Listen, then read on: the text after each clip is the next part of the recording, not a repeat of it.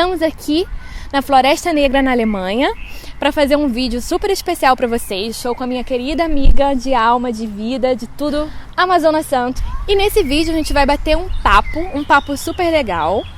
E a gente vai saber um pouco mais sobre a Amazona Santos, sobre o que ela faz profissionalmente.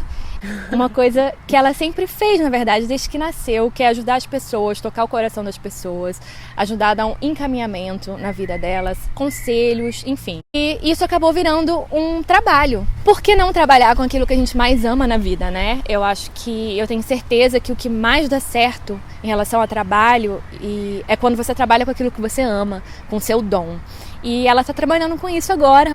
A Amazona é coach pessoal e a gente veio pra cá pra conversar e ter uma conversa muito íntima, muito legal, e a gente vai mostrar pra vocês essa conversa. A gente vai conversar sobre o que, Amazona Angélica? A gente vai conversar sobre o que você quiser.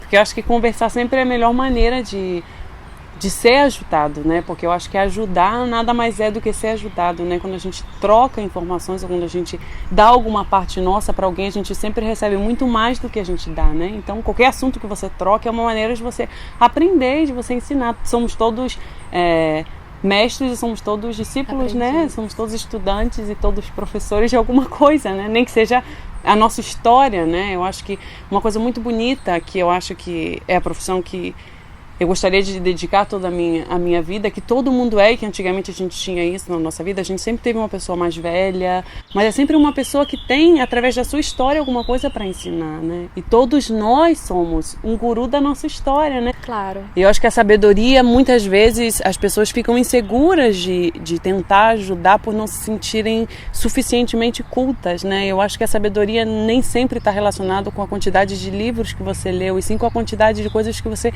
se permitiu viver, né? Isso é com a vivência, né? Eu acho que isso é uma coisa muito natural do ser humano. Eu acho que todo mundo pode aprender tudo na vida, mas essa coisa de você conseguir tocar o coração das pessoas e você conseguir ajudar praticamente todo mundo a resolver os problemas dele, sem ser seu amigo, sem ser uma pessoa que você se importa, é um dom. Não é todo mundo que tem esse dom. Tem pessoas que têm mais carisma, tem pessoas que conseguem atingir um número maior de pessoas com o que elas dizem, né? Que são os líderes, talvez os pastores, os padres, enfim, os coaches de hoje em dia. Mas não é todo mundo que consegue. Mas, né? Eu acho que na verdade não é a questão de dom, né? Eu acho que é uma questão de escolha também, né?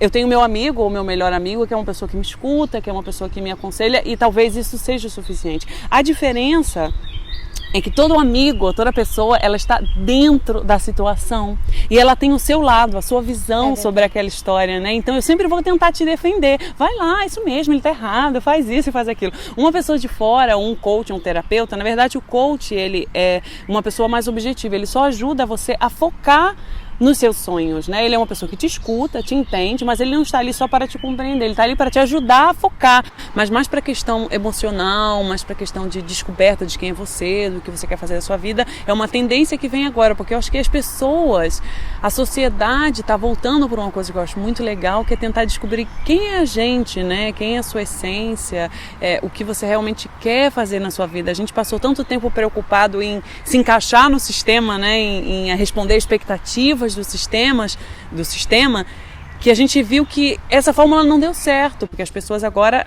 se dedicam muito a fazer o que elas não são, né? Que na verdade a gente deveria nascer e passar toda a nossa vida só fazendo aquilo que a gente nasceu para fazer, né? E que a gente respeitar a nossa essência, os nossos sonhos, o nosso tempo.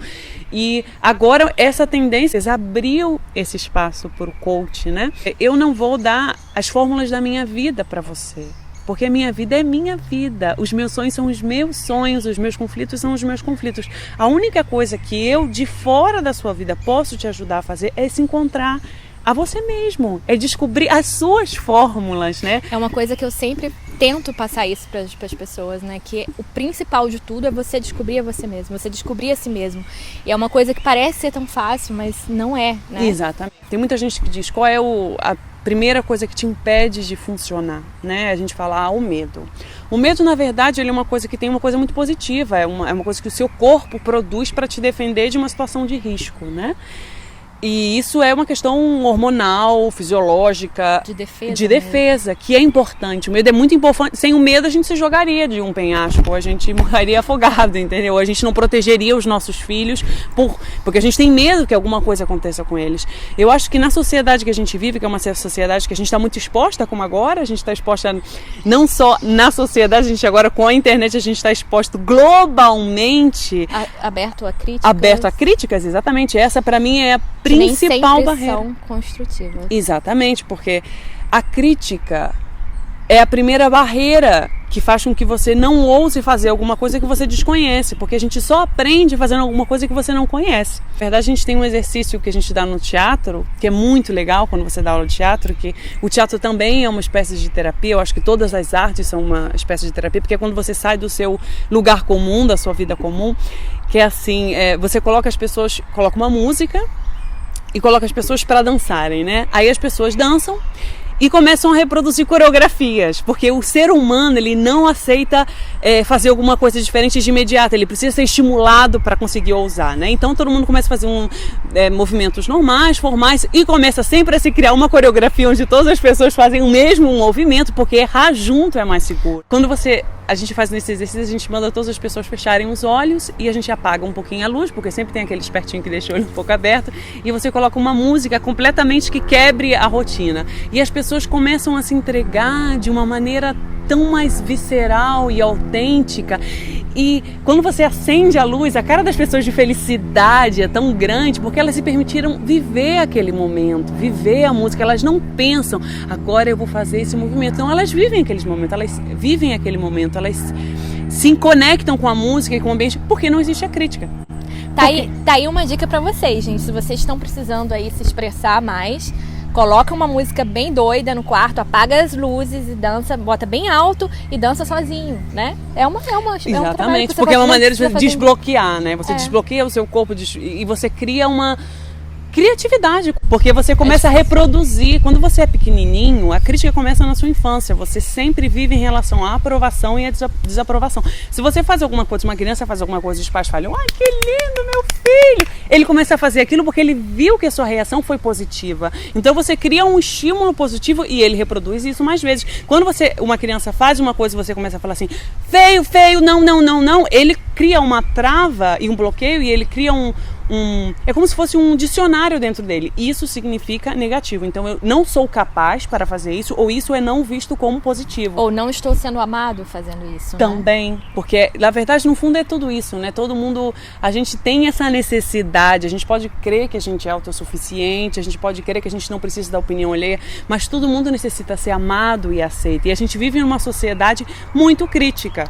E na verdade eu acho que é uma grande inversão de valores, porque eu não estou falando de uma hipocrisia, porque no Brasil, eu não te digo aqui onde a gente está, na Europa, mas no Brasil a gente tem uma artificial bem-estar, né? Todo mundo te pergunta, e aí, como é que você está? Tudo bem? Tudo bem, a gente responde tudo bem automaticamente. Mas eu estou falando uma questão de você mudar o seu foco, porque uma crítica ela só pode ser positiva se você aponta um defeito ou aponta um problema, criando uma direção para a solução. Se eu chego para você e falo, nossa, você está muito feio, você é incapaz de emagrecer, você é incapaz de mudar, você simplesmente absorve todas essas informações, essa crítica se coloca como um ciclo vicioso na sua cabeça e você não encontra a solução para sair daí. E as críticas profissionais acabam destruindo muitas profissões porque as pessoas não sabem apontar um defeito e uma direção, que seria uma crítica positiva. E a gente toma isso para a gente mesmo. Esse é o mais cruel, que eu acho que é o mais difícil. E você passa a não saber quem é você, porque você passa a ser tão crítico a todas as coisas que você acha que você gosta, ou que você acha que você é capaz, que você acaba se afastando de você, se afastando de você, se afastando de você, porque todas as pessoas, na verdade o sistema diz que você tem que ser um tipo A de beleza, um tipo B de beleza, se comportar de uma maneira eticamente. Eu acho que uma das principais coisas que ajudam a qualquer pessoa, independente de sexo, independente de profissão, a se encontrar e a melhorar sua postura em relação a si mesmo, é se livrar das suas próprias críticas pessoais, que muitas vezes não são suas. São construídas desde a sua infância, desde a sua escola, desde um professor que chegou para você e falou, cara, você é péssimo em matemática, você nunca vai aprovar, porque você é muito ruim ou você é incapaz. Todas essas coisas ficam armazenadas na nossa memória e acabam sendo autocríticas. Todas as vezes vezes que você encontra uma situação parecida àquela, você fala, não, eu não sou capaz de fazer isso, porque porque eu reprovei, ou porque eu tive um problema, ou porque alguém te criou essa informação. Existem exercícios muito legais que a gente pode fazer, que são metáforas que te ajudam a se liberar disso, porque o nosso cérebro, ele é programável, né? Na verdade, isso é uma questão que não é, as pessoas pensam, emocional, espiritual, não, isso é biológico. Eu vi uma reportagem maravilhosa sobre o exército e a capacidade que eles usam de reprogramação neurolinguística, que ensinam aos soldados a não terem medos em situações de risco, porque o seu cérebro, ele reage de maneira automática. Você tem partes no seu cérebro que são responsáveis pelas suas memórias, e quando você tem alguma coisa que te lembra aquela situação, você instantaneamente reage com aquela emoção, que na verdade é uma questão biológica e química. E você precisa reprogramar todo o seu cérebro e toda a sua história para você se reencontrar, que é o melhor caminho, você se reencontrar. Gente, será que eu sou realmente tão ruim em esporte, ou dançando, ou cantando, ou cozinhando? Será que... Aí você se encontra e você vê, nossa, eu gosto de fazer isso, eu sou isso. Eu só não ouso fazer isso porque eu me autossaboto, porque eu me autocritico, porque eu não me permito ousar, porque eu tenho medo da minha autocrítica e do que as outras pessoas vão pensar também. Então agora eu vou ensinar um exercício que é uma coisa que me ajudou muito, e eu acho que ajudou muita gente a identificar quais são as suas autocríticas pessoais que criam os seus medos, né? Que na verdade o seu medo é o medo à crítica pessoal que você criou, né? Essa técnica foi batizada, que é o meu tesouro pessoal, que é exatamente isso, é como se fossem pedacinhos de você, como se fossem diamantes que você tem dentro de você, as melhores coisas que você tem dentro de um lugar que você não pode esquecer, você vai proteger, você vai guardar, que é como você tem que se tratar. E todas as vezes que você esquecer que você é um tesouro, um diamante, você vai abrir e vai relembrar para você mesmo. Isso ajuda, gente, eu garanto que ajuda. Você pega papel, um diário, um caderno, o que você tiver, e começa sozinho. Isso, gente, é uma terapia, autoterapia sozinho em casa. Aí você pega um papelzinho e começa a identificar os seus medos e as suas autocríticas e começa a escrever.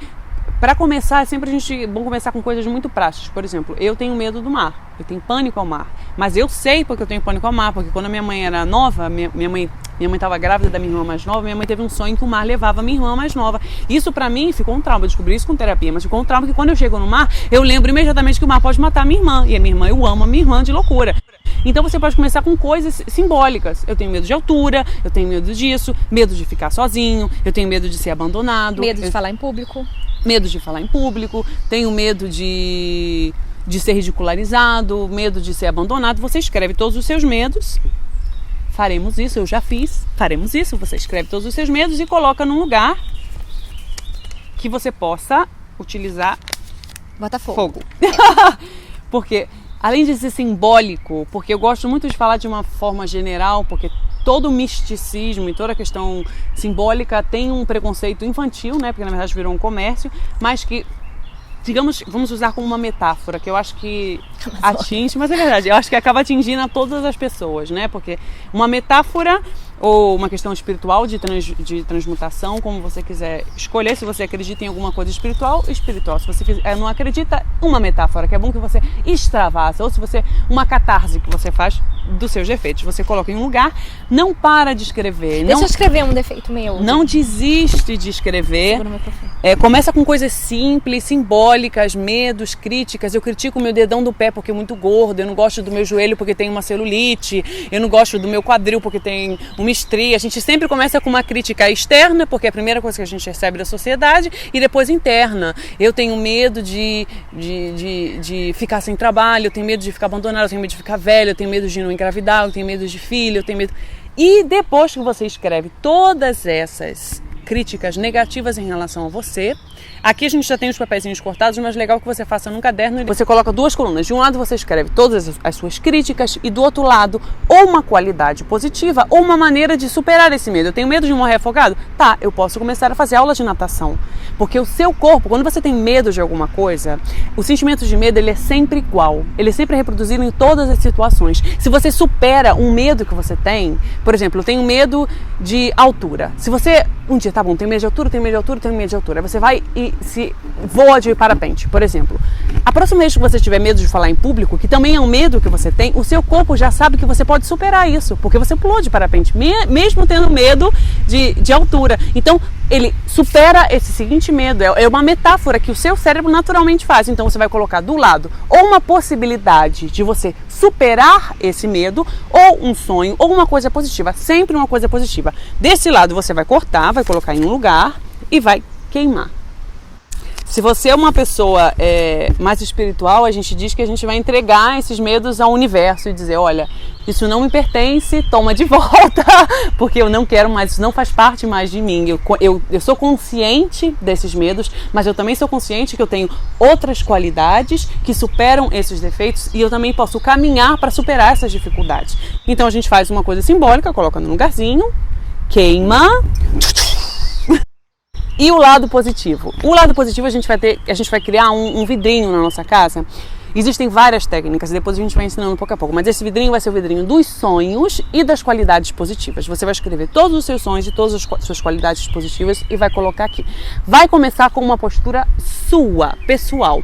Todas as vezes que você tiver alguém na sua casa que você confia, ou um amigo, ou uma pessoa familiar, você vai pedir para ela aqui num papelzinho escondido, você não precisa saber sobre isso.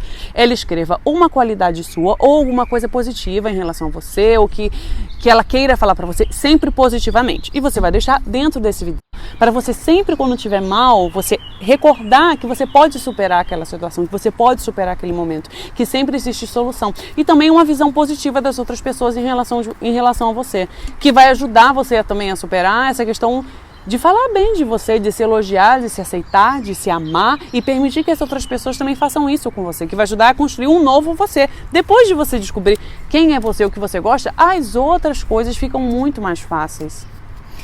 Isso também é uma ideia de presente legal, né? Se você tem um amigo que está em depressão, que está passando por um momento difícil, você pode tentar escrever coisas sobre ele. E não só escrever coisas sobre ele, você pode, é uma ideia genial, você pode fazer isso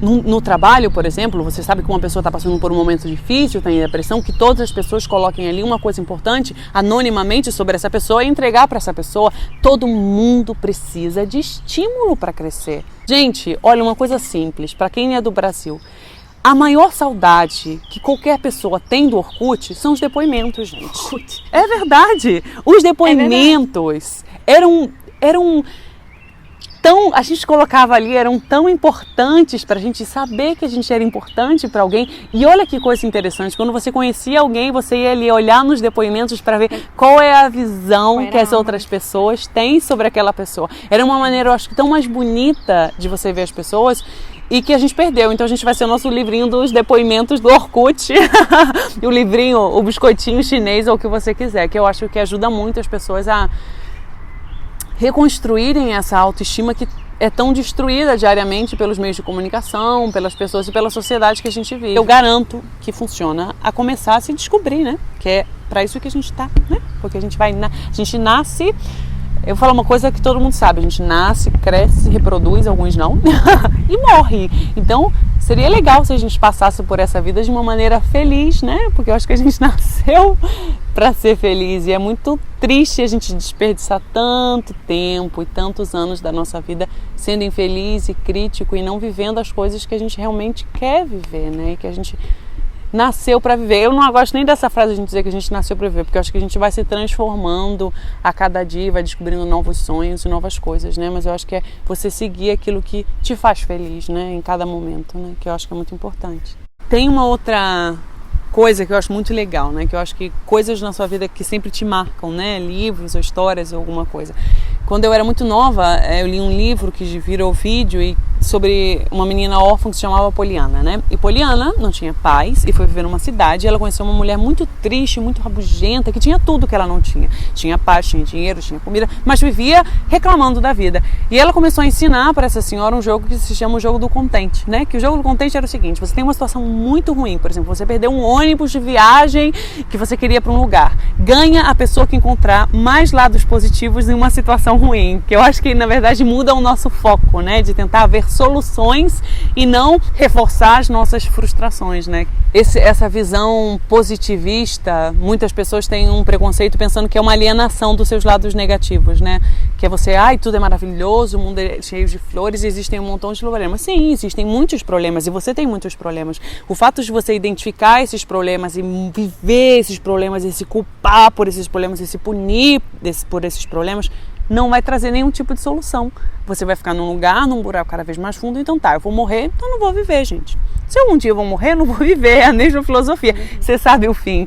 Então, o fato de você apontar os defeitos que você tem é importante. E você tentar construir uma superação para essas fragilidades ou um lado positivo, legal, eu tenho o dedão do pé gordo? Tudo bem, eu tenho o dedão do pé gordo, mas eu tenho um pé que anda. Pô, legal, tem muita gente que não tem um pé que anda. Então, tudo bem, eu vou andar com o meu pé gordo, mas eu vou andar, porque eu tenho uma qualidade que é andar. Exatamente, muitas pessoas não têm como andar, né? Então, na verdade, é você focar para um lado mais positivo, que não é ignorar o defeito, é saber do defeito, ter consciência desse problema, não é colocar pano quente, assim, fingir que você não está vendo os problemas, é simplesmente focar para um lado positivo. Você tem consciência de um defeito, de uma dificuldade e enfrentar essa dificuldade, né?